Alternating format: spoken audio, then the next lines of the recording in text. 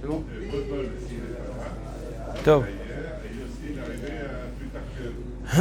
On va parler aujourd'hui on va pas parler d'un sujet particulier en le développant, on va parler des halachot de Ben Hametzarim, Bedrat Hashem, dimanche qui arrive, c'est le jeûne de Shiva Asar Betamuz.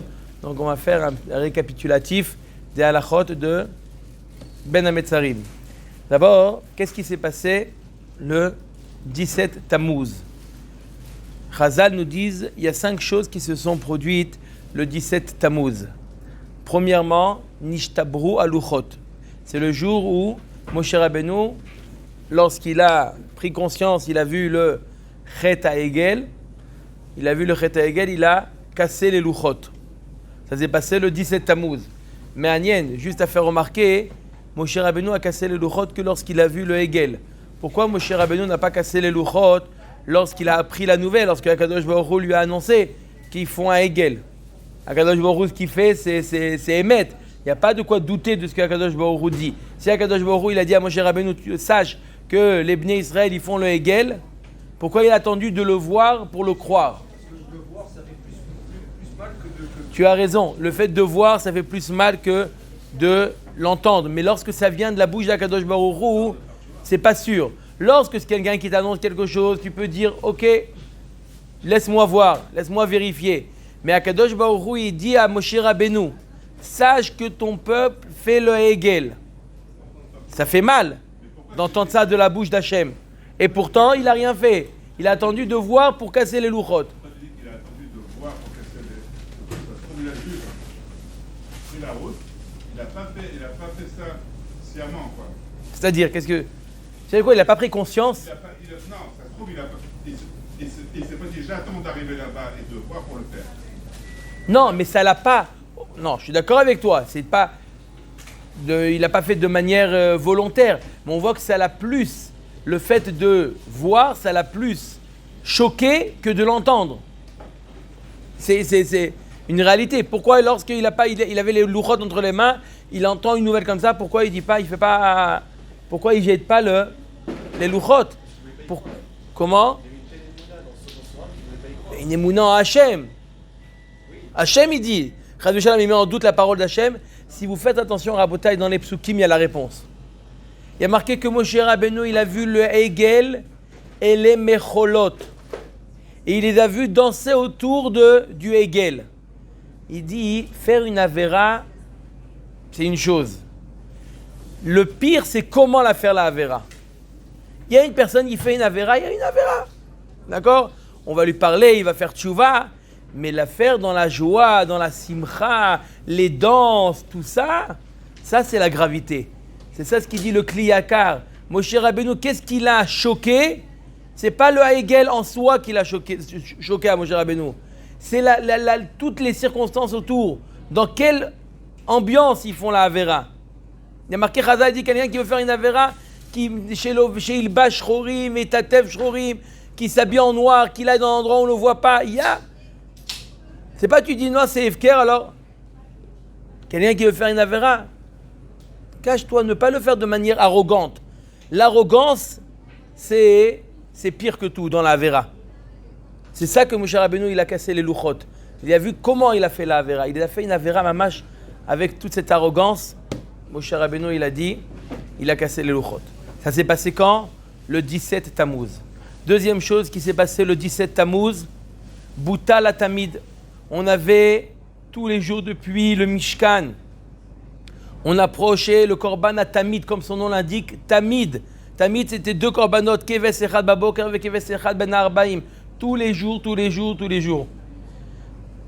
Il y a eu une xéra, les ennemis ont décrété, on arrête d'approcher le Tamid. C'est une catastrophe pour la Israël. Le Tamid, c'est notre lien constant. Il y a des korbanot, mais il y a le inyan de la constance. Dans le Ham Israël, le inyan de la constance, quelque chose qui est... Ça me rappelle une histoire. Tout le monde connaît l'histoire avec Rabbi Preda. Qu'il avait un jour un Talmid et il était dur à la compréhension. La Gemara dans Hérouvine ramène, il avait du mal à comprendre. Il s'asseyait avec lui tous les jours et il lui répétait le chiour 400 fois. Il lui répétait. Et ça, c'est avec cet élève-là, pour comprendre, il fallait lui répéter les choses 400 fois. Top. Tous les jours, c'était la même. Après la 400 fois, ça y est, j'ai compris. C'est pas une fois, pas deux fois, pas 10 fois, pas 400 fois de répéter la même chose. Tous les jours, tous les jours, tous les jours. Une fois, la Gemara raconte, en quelques mots, la Gemara raconte qu'une fois, qu'est-ce qui s'est passé? Quelqu'un qui est venu demander à ce rave-là, il lui a dit, regarde, essaye de te dépêcher aujourd'hui. Il y a une mitzvah, d'accord? On a besoin de toi pour une mitzvah. Dès que tu as fini, tu viens. Bon, il a dit, il n'y a pas de problème. Lui, pour lui, il avait comme but de faire ces 400 fois, rien à faire. Il enseigne à cet élève pendant 400 fois. Après 400 fois, l'élève, il dit, d'habitude, il avait l'habitude de dire, merci beaucoup, cette fois-ci, j'ai compris. Après la 40e fois, j'ai toujours pas compris. Bon, on essaie encore une fois, deux fois, des fois, c'est pas le compte, on a mal compté. Il voit l'élève, il dit, toujours pas compris. Il dit, Mayom miyomaim. Quelle différence entre aujourd'hui et les autres jours? Quelle différence? Pourquoi d'habitude? Il dit, je me suis déconcentré depuis quelqu'un qui vous a annoncé que vous devez partir. Ça y est, je me suis dit, cette fois-ci, il ne va pas terminer. Donc ça ne sert à rien de m'investir. De toute manière, je ne vais pas arriver à comprendre le shiur. Il lui a dit quoi? Il lui a dit, je ne pars pas, si c'est 400, si c'est 800, si c'est 1000, je ne pars pas de là, même pour aller faire une mitzvah au Veret, je ne pars pas de là tant que tu n'as pas compris la leçon du jour. Et là, il y a une batte colle qui est sortie. Qu'est-ce que tu veux? Tu veux vivre très longtemps ou tu veux que tout ton dor soit zochel olam haba? D'accord? Et bien, sauf il a eu les deux, etc. Ce qui est intéressant, c'est que quand est-ce qu'il a eu la batte colle?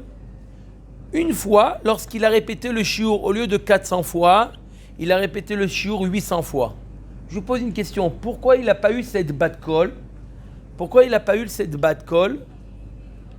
Après 1 an, 2 ans, pendant des années, il a fait ça. Pourquoi il n'a pas eu cette batte colle? Pendant des années, il répète le cours 400 fois. Il ne mérite pas un salaire. Il ne mérite pas un salaire pour ça.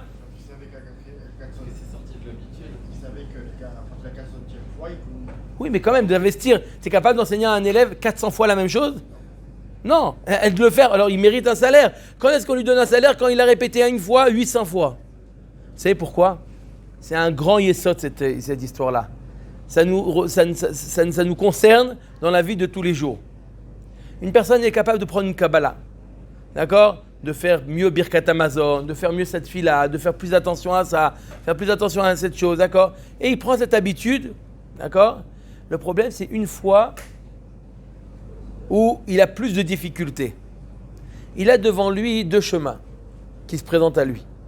Ou de dire, bon, une fois, c'est pas grave. Oh, ça va, je reste un bon juif, même si une fois, je fais pas cas de ce que j'ai pris sur moi. Et il a dit, non, même une fois, c'est important. Même cette fois-ci, c'est plus difficile. Eh bien, il y a le inyan de la constance. Il y a le principe de la constance, ça donne du sachar sur tout ce qu'il a fait auparavant. La ma'ala de ces 800 fois, c'est pas 800 fois. C'est sûr que 800 fois, c'est rien par rapport à 10 ans d'avoir fait tous les jours 400 fois, c'est rien. Mais ça montre que tu t'es pas laissé dire, tu aurais pu dire au Talmud, bon, tu sais quoi? Aujourd'hui, c'est pas grave. Pendant 10 ans, il s'est assis avec lui, juste 400 fois par jour, c'est plusieurs heures. Même répéter une halakha, Yachid verabim, halakha kerabim. Répéter ça 400 fois, ça prend du temps. Et c'est pas une halakha, c'était le shiur. D'accord? Le répéter 400 fois le shiur, ça lui a pris, c'était toute sa vie, ça lui a pris. D'accord? Il a investi des années pour ça. C'est beaucoup plus qu'une fois il s'est investi. Non, mais le inyan de la constance, le inyan du tamid. C'est le inyan du tamid. C'est ça le inyan. C'est que même quand souvent on se dit, bon ça va, aujourd'hui on peut faire une exception. Mais si aujourd'hui tu fais une exception, tu as fait une brèche dans le tamid. Tu as fait une brèche. C'est tout, c'est plus tamid. C'est plus tamid. D'accord? Alors toujours il y a des exceptions. Mais où on met la barre? Dès qu'il y a une petite difficulté, alors ça manque dans la dans la tmidout, dans la persévérance. Et c'est ça le inyan de cette histoire-là. Pourquoi on a donné ce sachar à ce niveau-là? Parce qu'il a su dire ce que j'ai pris sur moi, adasof. Je le fais jusqu'au bout. Ça, le inyan de... Ça, c'est le korban atamid qui a été annulé. Ce lien qu'on avait tous les jours, journalier avec Akadosh Baruch Hu, ça a été annulé le 17 Tammuz. Ensuite, il y a eu, dans le deuxième Beth Amikdash, une brèche. Comment? On l'a arrêté, on parle pas du Beth Amikdash qui était détruit. Ça, c'est le 9 Av. On a arrêté parce qu'on n'avait plus de korban, parce que c'était assez... Non, le Beth Amikdash n'a pas été détruit encore. Il y a eu une xéra, d'accord, il y a eu le siège, et ils ont décidé d'arrêter le korban atamid. Mais le Beth Amikdash n'a pas été détruit encore à cette date-là. Simplement, c'était une date où les ennemis ont empêché les Bnei Israël d'approcher le korban atamid. Comment? Le Boutal Atamid, c'est du premier Beth Amikdash. D'accord? Premier Beth Amikdash. Ensuite, il y a la brèche qui a été faite dans la muraille de Yerushalayim, une brèche qui a été faite. D'accord? Les ennemis commencent à entrer à Yerushalayim. Ça s'est fait le 17 Tammuz, ça c'était au deuxième Beth Amikdash. Au premier, ça s'est passé le 9 Tammuz. Ça s'est passé le 9 Tammuz, c'est-à-dire il y a quelques jours. Le 9 Tammuz, ça s'est passé. Pourquoi on jeûne le 17 Tammuz? Parce qu'on est plus proche du deuxième Beth Amikdash que du premier. Mais dans le premier Beth Amikdash, la brèche s'est faite le 9 Tammuz. Le deuxième, le 17 Tammuz. C'est pour ça qu'on jeûne le 17 Tammuz. Ensuite, qu'est-ce qui s'est passé? Apostemos, c'est un rachat. Il a, ce jour-là aussi, brûlé des siffrets Torah. Et encore, cinquième chose qui s'est passée, il y a eu un tselem qui a été mis dans le Echal, dans le Beth Amikdash. Il y en a qui disent que ça a été mis par justement ce rachat Apostemos qu'il a mis dans le deuxième. Il y en a qui disent que c'est Ménaché qu'il a mis dans le premier Beth Amikdash. Mais il y a un tselem, une avodazara qui a été mis dans le Echal. Voilà ce qui s'est passé le 17 Tammuz. Maintenant, les halachot dus à tout ce qui s'est passé pendant cette période, il y a des halachot qui sont liés à ce qu'on appelle Ben Hametzarim, des halachot qui nous mettent dans une situation par rapport à la situation de Avelut, de Tsar. Les halachot de Ben Hametzarim, on peut les partager en 6 catégories. Il y a les halachot qu'on appelle de Ben Hametzarim, de la période du 17 Tammuz jusqu'à Tisha B'Av. Les premiers types de halachot. Plus on va avancer dans les périodes, plus les halachot vont aller en s'aggravant. On a ensuite la deuxième période de Rosh Chodesh, à partir de Rosh Chodesh, donc de Rosh Chodesh jusqu'à Tisha B'Av. Ensuite, on a les halachot de Shavua Shechalbo Tisha B'Av. Cette année, il n'y a pas Shavua Shechalbo, Bezrat Hashem, non seulement parce que ça tombe dimanche, mais Bezrat Hashem chez Ibané Beth Amikdash, qu'on n'est pas ces dinim-là. D'accord? Ça c'est Shavua Shechalbo Tisha B'Av. Et comme je dis, cette année, dimanche, il n'y a pas de din de Shavua Shechalbo Tisha B'Av. D'accord? Ensuite, on a Erev Tisha B'Av, les dinim qui sont liés à Erev Tisha B'Av. Ce n'est pas les mêmes dinim que Shavua Shechalbo Tisha B'Av. À partir de Erev Tisha B'Av, à partir de Chatzot, les dinim déjà sont plus les mêmes. Comme j'ai dit, cette année, il n'y a pas de Shavua Shechalbo. Erev Tisha B'Av, c'est un peu différent parce que c'est Shabbat. Donc, il n'y a pas de Souda Mafseket. Ensuite, on a les dinim de Tisha B'Av même. Et ensuite, on a les dinim de Asiri B'Av. Le 10 Av, on continue avec certaines halachot. Voilà, il y a 6 passages. Il y a Ben Hametzarim depuis le 17 Tammuz. Il y a depuis Rosh Chodesh, Tisha B'Av, Erev Tisha B'Av et 10 Av. D'accord? Alors, les dinim qui sont liés au jeûne de Shiva Asar B'Tammuz. Déjà, il faut savoir que le jeûne de Shiva Asar B'Tammuz, il commence à partir de Alot HaShachar. Est-ce que c'est vrai dans tous les cas? Non. Si une personne est partie dormir, cette année c'est dimanche le jeûne, Motzei Shabbat, il est parti dormir sans penser qu'il allait manger. Le jeûne, sans penser qu'il allait manger avant Alot HaShachar. Il n'a pas fait de tna, il n'a rien fait. Il faut savoir que le jeûne démarre dès qu'il est parti dormir. Ça veut dire que même s'il se lève au milieu de la nuit, Il ne peut plus, d'après le Shulchan Arour, ni manger ni boire. Le Rama, il est mékel de pouvoir boire. Les Ashkenazim, ils sont mékilim de pouvoir boire.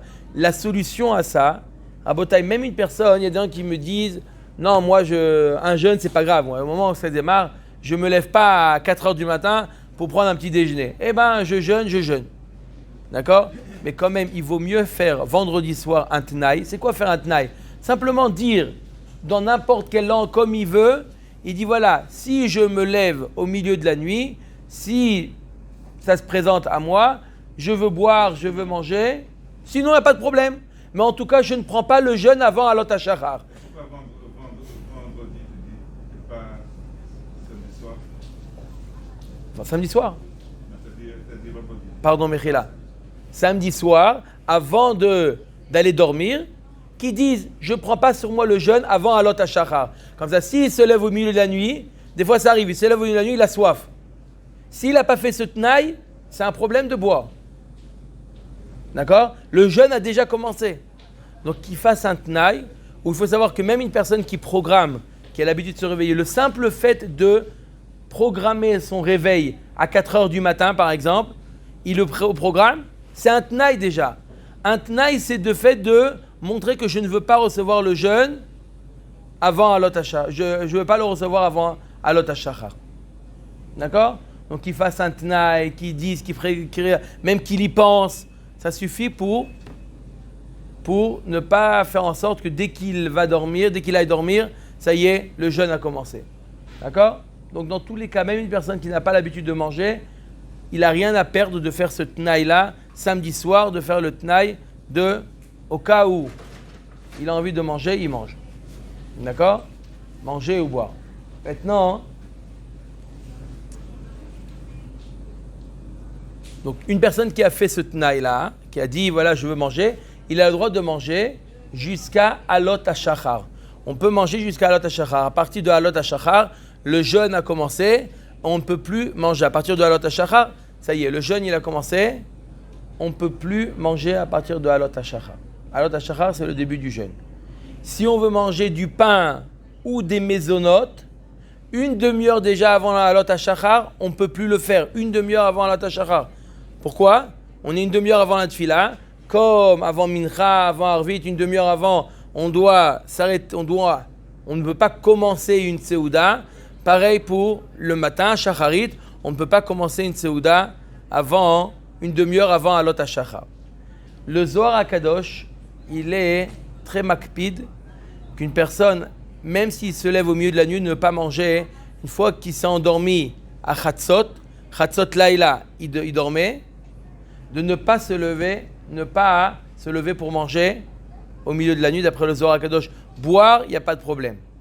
D'accord? Boire de l'eau, un café, même avec du sucre, il n'y a pas de problème. Mais de manger avant Alot HaShachar, le Zohar HaKadosh, il dit il vaut mieux éviter. Maintenant, il y a des personnes qui disent si je ne mange pas, j'aurai beaucoup de mal à jeûner. Ok, c'est mutar minadin. De manger avant Alot HaShachar, c'est mutar minadin. Quel est le din d'une personne qui n'a pas fait de tnaï? Il n'a pas fait le tnaï de manger avant Alot HaShachar, et par erreur, il se lève au milieu de la nuit et il a bu. Est-ce que c'est considéré qu'il a cassé le jeûne ou pas? Réponse non. Casser le jeûne, c'est que lorsqu'il mange à partir de Alot HaShachar. Bien qu'il n'a pas le droit de manger avant Alot HaShachar puisqu'il est parti dormir, il n'a pas le droit de manger, ou de boire, mais s'il a quand même mangé ou bu, ce n'est pas considéré comme avoir cassé le jeûne. Casser le jeûne, c'est seulement si mamash dans le jeûne même, il mange. D'accord? Seulement si dans le jeûne, il mange. Donc s'il a mangé avant Alot HaShachar, il continuera à dire Anenu dans la tefila, etc., etc. D'accord? On a l'habitude de dire Anenu et dans tfilat Shacharit et dans tfilat Mincha. Il y en a qui ont le minag de dire Anenu même dans Arvit de la veille. Dans les Rishonim, le Baal HaMaor, j'ai vu il y en a qui disent c'est minag marocain, de dire Anenu déjà de Arvit de la veille, bien qu'on continue à manger après, mais puisque c'est déjà le 17 Tammuz, d'accord, de dire Anenu. Comme ça vous faites? Non, pas tout le monde le fait, c'est pas quelque chose qu'on avait pris pour nous, mais c'est vrai que c'est marqué dans les soirées. Dans les Sidurim, comme ça, il y a marqué de dire Anenu, même le... Parce Ouais, mais puisque c'est le 17 Tammuz, ça s'appelle Beyom Tzom Ata'anit Hazeh. C'est Beyom Tzom Ata'anit Hazeh. C'est pour ça, la halakha, le Shulchan Aruch, il ne pense pas comme le Baal HaMaor. On fait à Shacharit et à Mincha. Et par exemple, quand il y a un Ta'anit Yachid, quelqu'un qui prend un Ta'anit, un Yortzeit par exemple, il prend sur lui un Ta'anit. Il veut prendre sur lui un Ta'anit, il fait à Nenu que à Mincha. Quand c'est Ta'anit Tzibour, il fait à Shacharit à Nenu, dans Shomea Tefila et dans Mincha. Quand c'est un Ta'anit Yachid, d'accord, lui il a pris sur lui un Ta'anit, il y en a qui jeûnent Erev Rosh Chodesh, ou Yortzeit, ou n'importe quel jeûne, il prend sur lui un jeûne, alors il dit à Nenu que à Mincha, pas à Shacharit.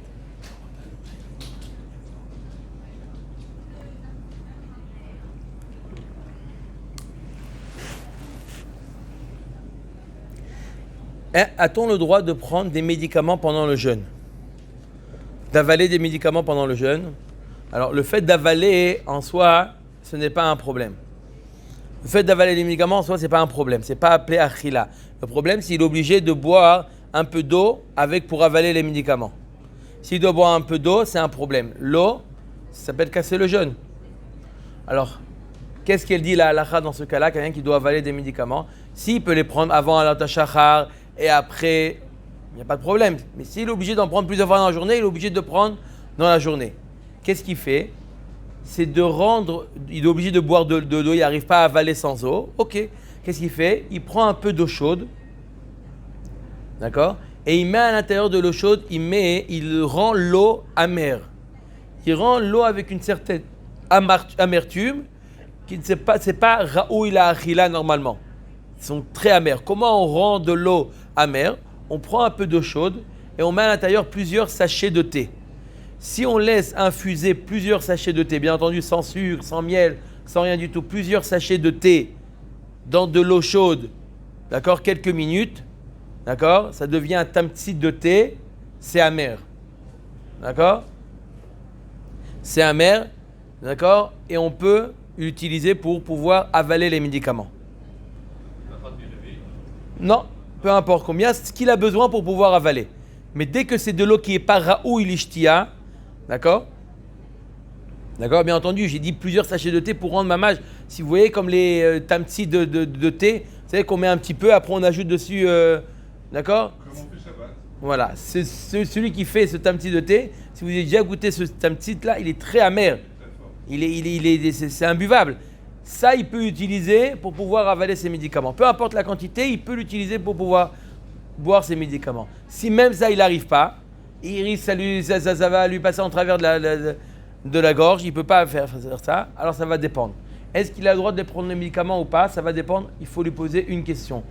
S'il ne les prend pas, les médicaments, est-ce qu'il va être dans une situation de cholé chez En Bosakana? Dans la halakha, il y a deux types de cholé. Il y a cholé chez Yesh Bosakana, celui-là on lui permet tout, on n'en parle pas. S'il y a une sakana, on n'en parle pas. Il y a cholé chez En Bosakana. Cholé chez En Bosakana, c'est un cholé, par exemple, qui devra être alité, qui peut pas être. C'est quoi un cholé chez En Bosakana? Qui peut pas, les tafked, il peut pas fonctionner de manière normale. Migraine, par exemple. Migraine. Alors ça dépend. Il y en a qui ont migraine, qui arrivent à. Si c'est une migraine qui l'empêche de fonctionner normalement, ça s'appelle un cholé chez En Bosakana. Même si maintenant il n'est pas cholé chez En Bosakana, mais on lui dit regarde, si tu ne prends pas tes médicaments, tu seras cholé chez En Bosakana. S'il répond oui, alors on lui dit tu n'as pas besoin d'arriver au stade de cholé chez En Bosakana pour casser le jeûne et les prendre. Tu as le droit déjà de t'y prendre à l'avance et de les prendre même avec de l'eau pour ne pas arriver à un matzav de cholé chez En Bosakana. D'accord? Il a le droit de se mettre dans cette situation pour ne pas être cholé chez En Bosakana. Mais sinon, s'il peut, ça ne va pas le mettre dans cette situation, il n'a pas le droit de prendre les médicaments. Ça arrive à des gens qui ont un début de migraine, et s'ils ne prennent rien, ils savent qu'ils seront alités, qu'ils vont vraiment... Voilà, par exemple, exactement. Quelqu'un qui a un début de migraine, il sait que s'il ne prend rien, alors il va être alité, il ne va pas pouvoir les tafked du tout. Exactement, c'est un bon exemple.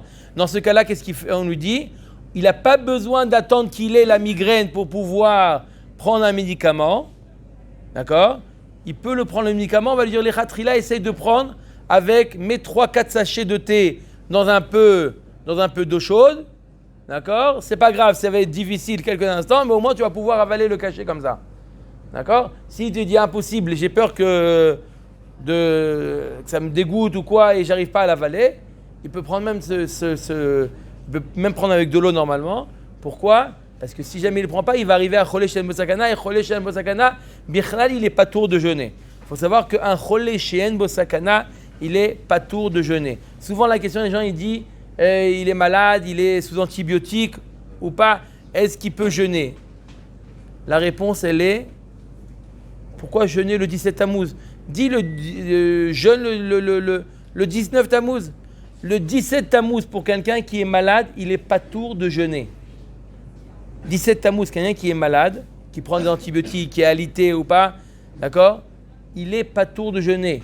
Ça veut dire pour le jeûner, c'est comme jeûner aujourd'hui. Il n'y a pas, non, mais c'est le 17 Tammuz. Mais Chachamim, ils ont dit Emamrou, Vemamrou. Eux, ils ont dit qu'il faut jeûner le 17 Tammuz. Et eux, ils ont dit qu'un malade n'est pas tour de jeûner. Donc, il n'y a rien à faire, il n'est pas tour de jeûner. Ça sert à quoi de jeûner quand il n'est pas tour? Il faut faire ce que Akadosh Baruch Hu nous demande. Akadosh Baruch Hu nous demande d'écouter les Chachamim. Les Chachamim ont dit il n'est pas tour de jeûner. Pourquoi jeûner lorsqu'il n'est pas tour? Il n'y a pas une mitzvah de jeûner lorsqu'il n'y a pas de jeûne qui ont institué. Quelqu'un qui est Cholé She'en Bosakana, il n'est pas tour de jeûner. Pareil, mais au barot ou menikot, les femmes enceintes ou les femmes qui allaitent sont aussi pas tour de jeûner. Il y a aussi une question qui revient souvent, qu'est-ce qu'on appelle une ménika? Qu'est-ce qu'on appelle une femme qui allaite? D'accord? Il faut faire attention à ça, je sais que les avis sont partagés, il y a un marcham qui veut être Mekel, que si jamais elle est dans les 24 mois de la naissance, alors elle est appelée ménika, elle n'est pas obligée de jeûner. La halacha mashma du Shulchan Aruch, que non, tout ce qu'on permet à une ménika, à une femme enceinte, tout ce qu'on lui permet de manger, il y a marqué dans le Shulchan Aruch, Kedé Kiyum Avlad. On lui permet pas pour elle. La ménika, c'est pas elle qui est en matzav qu'on lui permet de jeûner. Elle, on lui permet pas de jeûner. On lui permet pas de manger. Elle est, par rapport à elle-même, elle est chayevet de jeûner. Qu'est-ce on la rend pas tour? C'est par rapport au Vlad, pour le bébé. On ne veut pas que le bébé souffre. Si la mère ne mange pas alors qu'elle allaite, le bébé va souffrir et il va un petit peu participer au jeûne. On ne veut pas que le bébé participe au jeûne. Donc toute la raison pourquoi la méouberet, c'est par rapport à elle-même. Il n'y a pas de différence entre elle et le bébé. C'est une seule et même personne. Donc elle, on lui dit, elle n'est pas tour de jeûner. D'accord? Mais une ménika, c'est pas par rapport à sa personne, elle est faible. Pas par rapport on considère qu'une femme, 30 jours après l'accouchement, les 30 premiers jours de l'accouchement, elle est appelée yoledet. Elle est considérée comme une femme qui a accouché, et là, elle n'est pas tour de jeûner, comme un cholé, on n'en parle pas. Peu importe si elle allait ou si elle n'allait pas. Mais après 30 jours de l'accouchement, elle est appelée ménika. Elle est, par rapport à sa santé, elle est considérée comme en bonne santé. Il n'y a que les 30 premiers jours après l'accouchement, elle est considérée comme chola. Ok? Elle est ptoura de jeûner. Mais après les 30 jours, elle n'est plus considérée comme chola. Elle est plus malade. Elle est plus considérée comme chola. Qu'est-ce qu'elle est après les 30 jours? Elle est bari, les bria, l'école d'avar. Simplement, ce qu'elle mange, ça va dépendre de l'enfant. C'est pour ça qu'on lui dit de manger kedé kiyum avlad. Si elle n'allait plus, donc il n'y a plus le problème du tinok, elle doit jeûner. Bien entendu, si elle est comme une personne normale, si elle est chola, même un homme qui est cholé, il n'est pas tour de jeûner. Mais si elle est en bonne santé, d'accord, même si elle est dans les 24 mois de l'accouchement, elle doit jeûner, à moins qu'elle allaite. Donc je répète, les 30 premiers jours après l'accouchement, peu importe son matzav, elle est en super forme, elle doit manger, elle ne jeûne pas, parce qu'elle est considérée comme yoledet, mais après les 30 jours, ça dépend si elle allait ou si elle n'allait pas. Si elle allait, elle est ptoura de jeûner, et si elle n'allait pas, elle doit jeûner. D'accord? Comme on a dit, les cholim aussi, ils sont ptourim de jeûner. Les enfants, ils sont aussi, jusqu'à l'âge de bar mitzvah, ils sont ptourim de jeûner. D'accord? Les enfants, ils sont ptourim de jeûner. On y a marqué dans les poskim, il y a marqué de ne pas leur donner des gourmandises, des choses comme ça. D'accord? C'est quand même un jour de jeûne. D'accord? Donc, leur donner un repas normal, il n'y a pas besoin de les priver de quoi que ce soit, mais pas toute la journée qu'ils mangent que des glaces et des choses comme ça, c'est quand même un jour de jeûne. Juste pour revenir par rapport au type de Manika, une femme qui allait, elle n'a pas le foie, elle tire son lait.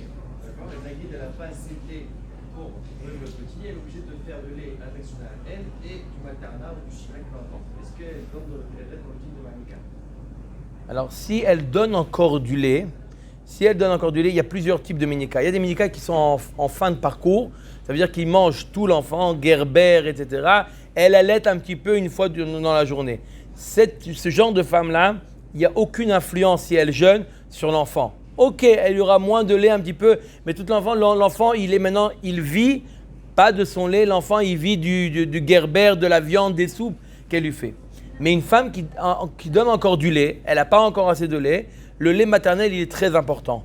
Donc s'il y a une baisse, une femme qui donne du lait, qui est au stade de donner du lait maternel ou du lait de Similac, des choses comme ça, elle donne encore, il est encore en âge de boire du lait, alors elle doit tout faire, d'accord? Ça s'appelle encore Kedé Kiyum Avlad, de lui donner du lait maternel. De lui donner maternel, ça s'appelle Kedé Kiyum Avlad. C'est le Kiyum du Vlad de boire du lait maternel. D'accord? C'est le Kiyum du Vlad de boire du lait maternel. Mais si maintenant elle est en fin de parcours Birlal, elle lui donne de temps en temps du lait, elle dit ouais non, je vais continuer à allaiter encore. Tu allaites pas, ça s'appelle pas allaiter. Allaiter, c'est pas lui donner une fois par jour comme ça, un petit peu pour dire voilà, j'allaite et j'ai le ptor de jeûner. Non, Kedé, rappelez-vous, il est marqué dans le Shulchan Aruch, le ptor il est Kedé Kiyum Avlad. On fait ça, on lui permet de manger pour l'enfant, pas pour elle, c'est pour l'enfant. Donc est-ce que l'enfant il va sentir une différence ou pas? Si déjà il mange normalement l'enfant, il va pas sentir une différence si peut-être sa mère elle va être un petit peu pas en super forme. Ça peut-être qu'il va le sentir, mais au niveau de manger, il va pas sentir de différence. Voilà.